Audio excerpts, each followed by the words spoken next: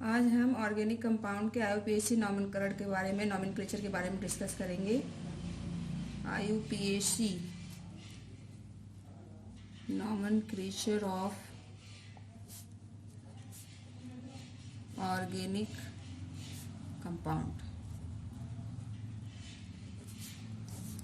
Organic compound का IUPAC nomenclature किस तरह से होता है हमें ये देखना है। किसी भी ऑर्गेनिक कंपाउंड का आईयूपीएसी नामकरण 3 भागों में डिवाइडेड होता है। IUPAC nomenclature of organic compound divided into 3 parts. तो ऑर्गेनिक कंपाउंड का नॉमेनक्लेचर 3 भागों में डिवाइड होता है। First one word root, second one suffix, third one prefix. तो आईयूपीएसी नॉमेनक्लेचर किसी भी ऑर्गेनिक कंपाउंड का 3 भागों में डिवाइडेड है, 3 भागों में बटा हुआ है। पहला है वर्ड रूट जिसे हम शब्दमूल कहते हैं, दूसरा सफिक्स जिसे हम अनुलग्न कहते हैं, और थर्ड है आपका प्रीफिक्स जिसे हम पूर्वलग्न कहते हैं। तो शब्दमूल बीच में लिखा जाता है, शब्दमूल के दाएं तरफ सफिक्स को जोड़ते हैं। कहने का मतलब है कि शब्दमूल के पीछे सफिक्स लगाया जाता है और शब्दमूल के आगे प्रीफिक्स लगाया जाता है। अब हम देखते हैं कि जो सफिक्स है इसके भी 2 भाग हैं, मतलब सफिक्स भी 2 भागों में 2 पार्ट्स में डिवाइड है। फर्स्ट है primary suffix and second one secondary suffix. इसी क्रम में प्रीफिक्स के भी 2 भाग हैं। फर्स्ट है primary prefix and second one secondary prefix. तो इस तरीके से हम देखते हैं कि कितने भाग हैं हमारे पास। पहले हमने कहा कि 3 मेन पार्ट्स हैं, वर्ड रूट, सफिक्स, प्रीफिक्स। शब्दमूल, अनुलग्न, पूर्वलग्न। शब्दमूल बीच में, अनुलग्न पीछे शब्दमूल के, और पूर्वलग्न शब्दमूल के आगे लिखा जाता है। उसके बाद हम देखते हैं कि सफिक्स के भी 2 भाग हैं, primary suffix, secondary suffix. Prefix के भी 2 भाग हैं, प्राइमरी प्रीफिक्स और सेकेंडरी प्रीफिक्स। तो हम देखते हैं कि कुल मिलाकर के आईयूपीएसी नामकरण में 5 भाग हो गए टोटल। पहला हो गया वर्ड रूट, फिर सेकेंडरी सफिक्स, वर्ड रूट और primary suffix, secondary suffix, primary prefix और सेकेंडरी प्रीफिक्स। इस तरीके से हमारे पास आईयूपीएसी नामकरण में कुल कितने भाग हो गए? 5 भाग हो गए। तो पहले हमने बताया कि सबसे पहले हम वर्ड रूट और वर्ड रूट के पीछे सफिक्स ऐड करते हैं और वर्ड रूट के आगे प्रीफिक्स ऐड करते हैं। ये मेन 3 पार्ट्स हैं। शब्दमूल बीच में, सेंटर में, सबसे पहले शब्दमूल, उसके बाद सफिक्स और वर्ड रूट के आगे प्रीफिक्स लगाया जाता है। कहने का मतलब शब्दमूल, अनुलग्न, पूर्वलग्न, अनुलग्न पीछे, पूर्वलग्न आगे शब्दमूल के। उसके बाद इन 5 को मिला करके हम देखते हैं हमारा आईयूपीएसी रूल क्या होता है। आईयूपीएसी रूल, तो टोटल आईयूपीएसी रूल किसी भी ऑर्गेनिक कंपाउंड का इन 5 भागों को मिला करके, 5 पार्ट्स को मिला के क्या बनता है देखेंगे। तो बीच में सेंटर में अभी भी हमारा शब्दमूल होगा, वर्ड रूट, और वर्ड रूट के पीछे मैंने कहा कि सफिक्स लगेगा। और सफिक्स के 2 भाग हैं, प्राइमरी और सेकेंडरी। तो पहले प्राइमरी होगा या सेकेंडरी होगा? तो वर्ड रूट के तुरंत बाद प्राइमरी सफिक्स, वर्ड रूट के जस्ट पीछे हम प्राइमरी सफिक्स, और प्राइमरी सफिक्स के पीछे सेकेंडरी सफिक्स ऐड करते हैं। उसी तरीके से आगे प्रीफिक्स हमने बताया कि आगे लगता है। इसके भी 2 भाग हैं, तो पहले प्राइमरी प्रीफिक्स और फिर उसके आगे सेकेंडरी प्रीफिक्स ऐड किया जाता है। तो ये हो गए किसी भी ऑर्गेनिक कंपाउंड का आईयूपीएसी नामकरण करने का 5 भाग, 5 रूल। ये रूल हो गए आपके, जिसमें कि 5 पार्ट्स हैं। फर्स्ट, तो स्टार्ट कहाँ से करते हैं? किसी भी ऑर्गेनिक कंपाउंड का नॉमेनक्लेचर करना हो, सबसे पहले हम शब्दमूल, सेंटर से शब्दमूल से स्टार्ट करते हैं, और शब्दमूल से स्टार्ट करते हुए राइट हैंड साइड की तरफ, राइट हैंड साइड मतलब सबसे पहले शब्दमूल, उसके बाद हम जो है अनुलग्न को ढूंढते हैं। मतलब वर्ड रूट के बाद हम सफिक्स में पहले प्राइमरी सफिक्स फिर सेकेंडरी सफिक्स, फिर जब हम पीछे का नाम कंप्लीट कर लेते हैं उसके बाद हम आगे की तरफ जाते हैं, शब्दमूल के आगे की तरफ, मतलब लेफ्ट हैंड साइड में। तो फर्स्ट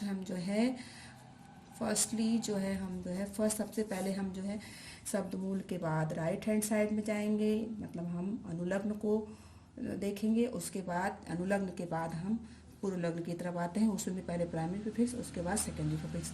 अब हमें देखना है कि शब्दमूल क्या बताता है, सफिक्स क्या दर्शाता है किसी भी ऑर्गेनिक कंपाउंड में, और प्रीफिक्स क्या दर्शाता है। तो इसके लिए हम देखेंगे, इसको हम फिर से लिखेंगे, वर्ड रूट, उसके बाद है हमारा प्राइमरी सफिक्स के जस्ट पीछे है सेकेंडरी सफिक्स, आगे की तरफ है प्राइमरी प्रीफिक्स के आगे है सेकेंडरी प्रीफिक्स। अब हम वन बाय वन डिस्कस करेंगे कौन क्या बताता है। वर्ड रूट बताता है नंबर ऑफ कार्बन एटम। तो वर्ड रूट शब्दमूल किसी भी ऑर्गेनिक कंपाउंड में कितने कार्बन उपस्थित हैं या कार्बन की कितनी संख्या ये दर्शाता है।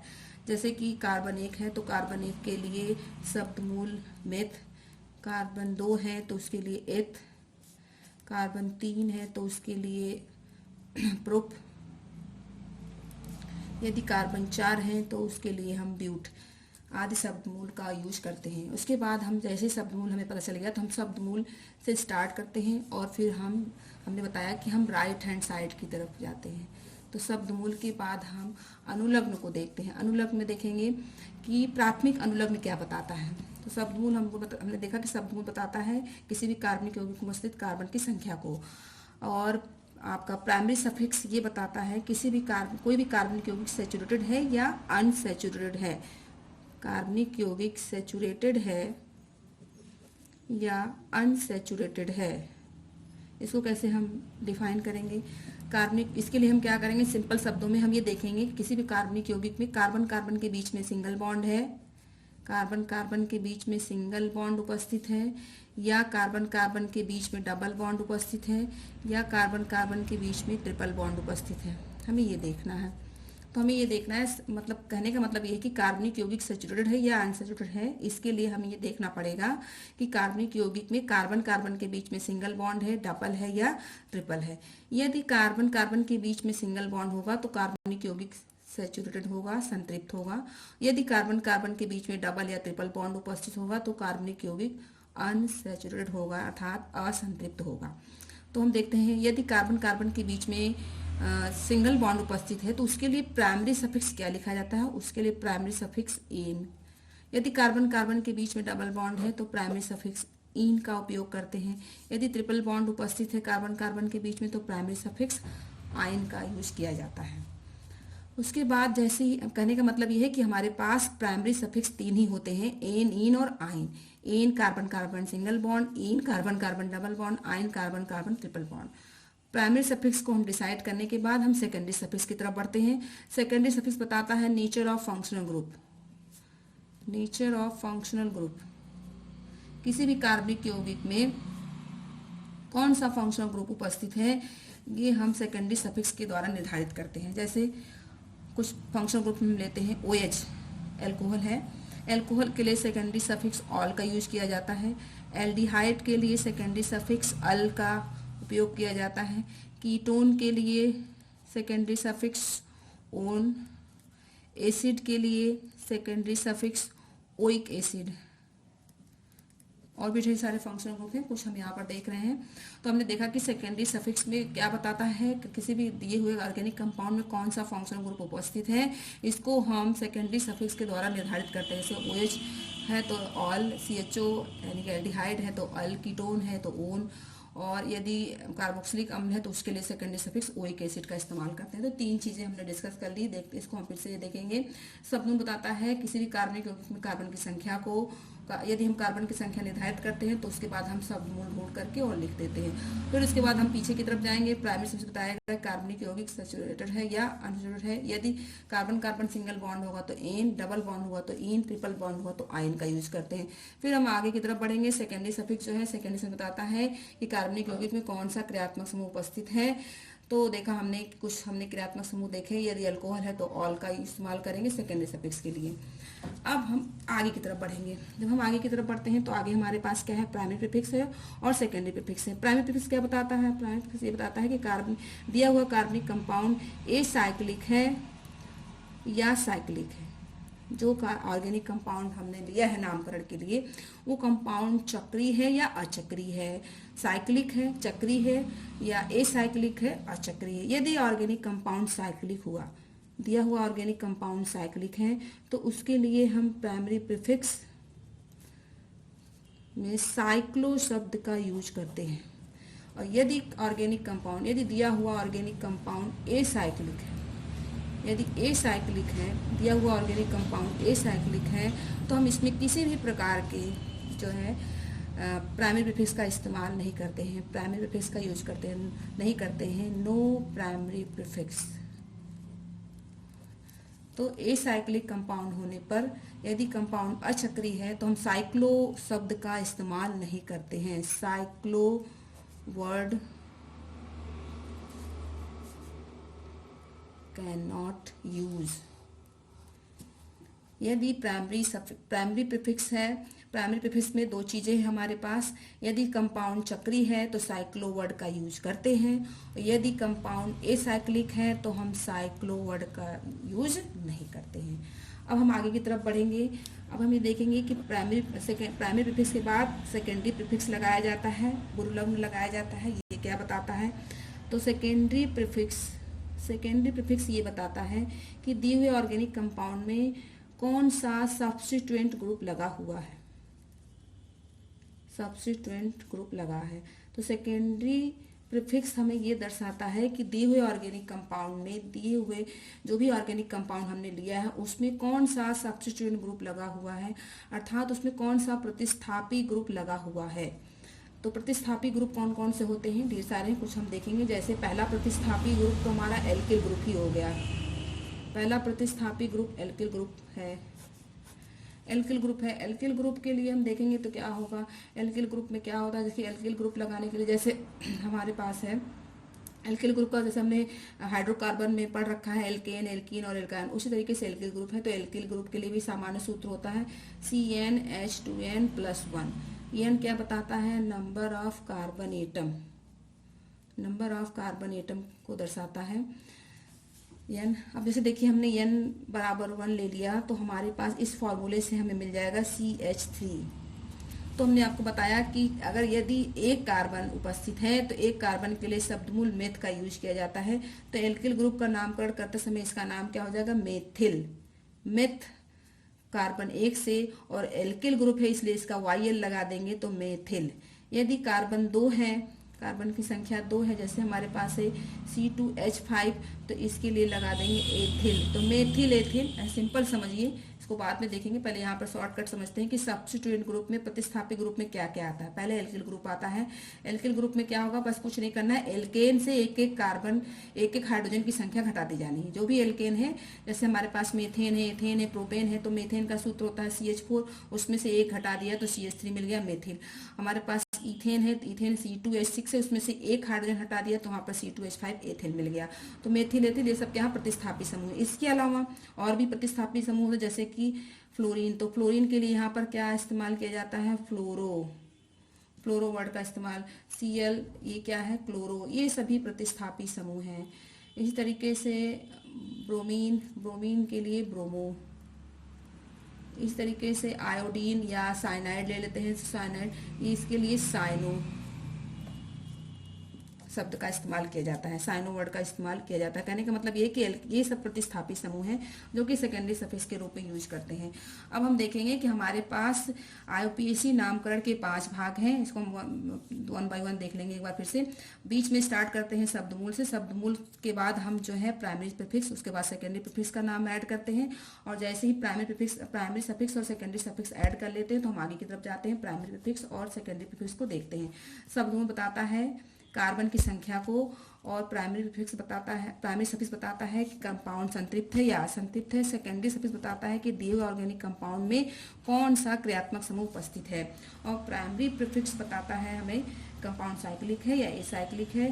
सेकेंडरी प्रीफिक्स बताता है कि कौन सा प्रतिस्थापी समूह उपस्थित है। अब इन सभी को मिला करके जिसमें ऐसा ऑर्गेनिक कंपाउंड है जिसमें कि 5 नाम उपस्थित हो। जैसे हम एक एग्जाम्पल ले लेते हैं, एक हमने एग्जाम्पल ले लिया, सिंपल सा एग्जाम्पल है हमारे पास।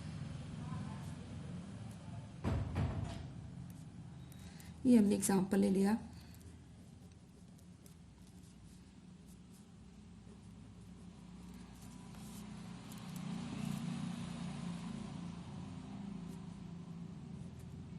ये सिंपल सा हमने एग्जाम्पल ले लिया। अब ये हमारे पास एग्जाम्पल है, इसका हमें नामकरण करना है, IUPAC नामकरण करना है। देखिए कैसे करते हैं। तो सबसे पहले हमने कहा कि हम शब्दमूल को, ये हमारा फर्स्ट है, ये इसको सेकंड, ये हो गया थर्ड, और ये है फोर्थ, और ये है फिफ्थ। तो इस क्रम में हमें दिए हुए ऑर्गेनिक कंपाउंड में बिल्कुल भी देख के इसको घबराना नहीं कैसे नामकरण होगा, बस इस रूल के अकॉर्डिंग चलते जाना है तो कभी भी गलत नहीं होगा। सबसे पहले फर्स्ट प्रायोरिटी शब्दमूल, वर्ड रूट को हमें ढूंढना है। तो वर्ड रूट देखिए हमने बताया कि वर्ड रूट क्या बताता है, कार्बन की संख्या को। तो हम पहले कार्बन की संख्या को ढूंढ लेंगे। तो यहाँ पर क्रियात्मक समूह है, इस तरफ प्रतिस्थापी समूह लगे हुए, तो ऐसे हम नामकरण करते हुए चलेंगे। देखिए 1, इस कार्बन को 1 दे दिया, ये 2 दे दिया, ये 3 हो गए, ये 4 और ये 5। कहने का मतलब कि यहाँ पर टोटल कितने कार्बन उपस्थित हैं, 5 कार्बन उपस्थित है। यदि 5 कार्बन होगा तो 5 कार्बन के लिए शब्दमूल होता है पेंट। 5 कार्बन है तो 5 कार्बन के लिए शब्दमूल हो गया हमारा पेंट। तो हमने पेंट लिख दिया, ये हमें शब्दमूल मिल गया। शब्दमूल की जगह पर हमने क्या लिख दिया, पेंट। वर्ड रूट पेंट, ये क्या बता रहा है, कार्बन की संख्या। पेंट मतलब 5 कार्बन। देखिए इसमें 5 कार्बन है, ये हमारा शब्दमूल मिल गया, वर्ड रूट। अब हमने बताया कि फर्स्ट हमें शब्दमूल ढूंढना है और दूसरे पोजीशन पे हमें प्राइमरी सफिक्स को ढूंढना है। अब हम प्राइमरी सफिक्स क्या बताता है, शब्दमूल, और सेकंड हमारा प्राइमरी सफिक्स बताएगा कि कार्बन कार्बन के बीच में सिंगल बॉन्ड है, डबल है या ट्रिपल है। अब कहेंगे कार्बन का, तो ये जितने भी आपको जहां पर भी कॉर्नर दिखाई दे रहे हैं ये सभी पोजीशन पर कार्बन उपस्थित हैं। ये हर पोजीशन पर कार्बन उपस्थित है। तो आप देखिए कुल टोटल 5 कार्बन है, और आप देख रहे हैं कि कार्बन कार्बन के बीच में आप देख सकते हैं बिल्कुल क्लियर दिखाई दे रहा है कि कहीं पे डबल या ट्रिपल बॉन्ड नहीं है, क्योंकि डबल या ट्रिपल होगा तो दिखाई देगा। तो कहने का मतलब है कि कार्बन कार्बन के बीच में केवल सिंगल बॉन्ड उपस्थित है। यदि सिंगल बॉन्ड उपस्थित है तो हम प्राइमरी सफिक्स के लिए एन शब्द का यूज करेंगे। तो ये हो गया प्राइमरी सफिक्स हमारा पेंट प्लस एन।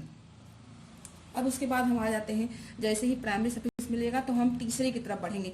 तीसरा क्या बताता है, सेकेंडरी सफिक्स बताता है।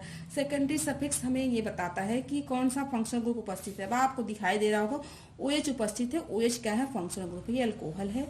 इसके लिए हमने बता रखा है कि आपका द्वितीयक अनुलग्न, कहने का मतलब है सेकेंडरी सफिक्स क्या होगा, ऑल होगा।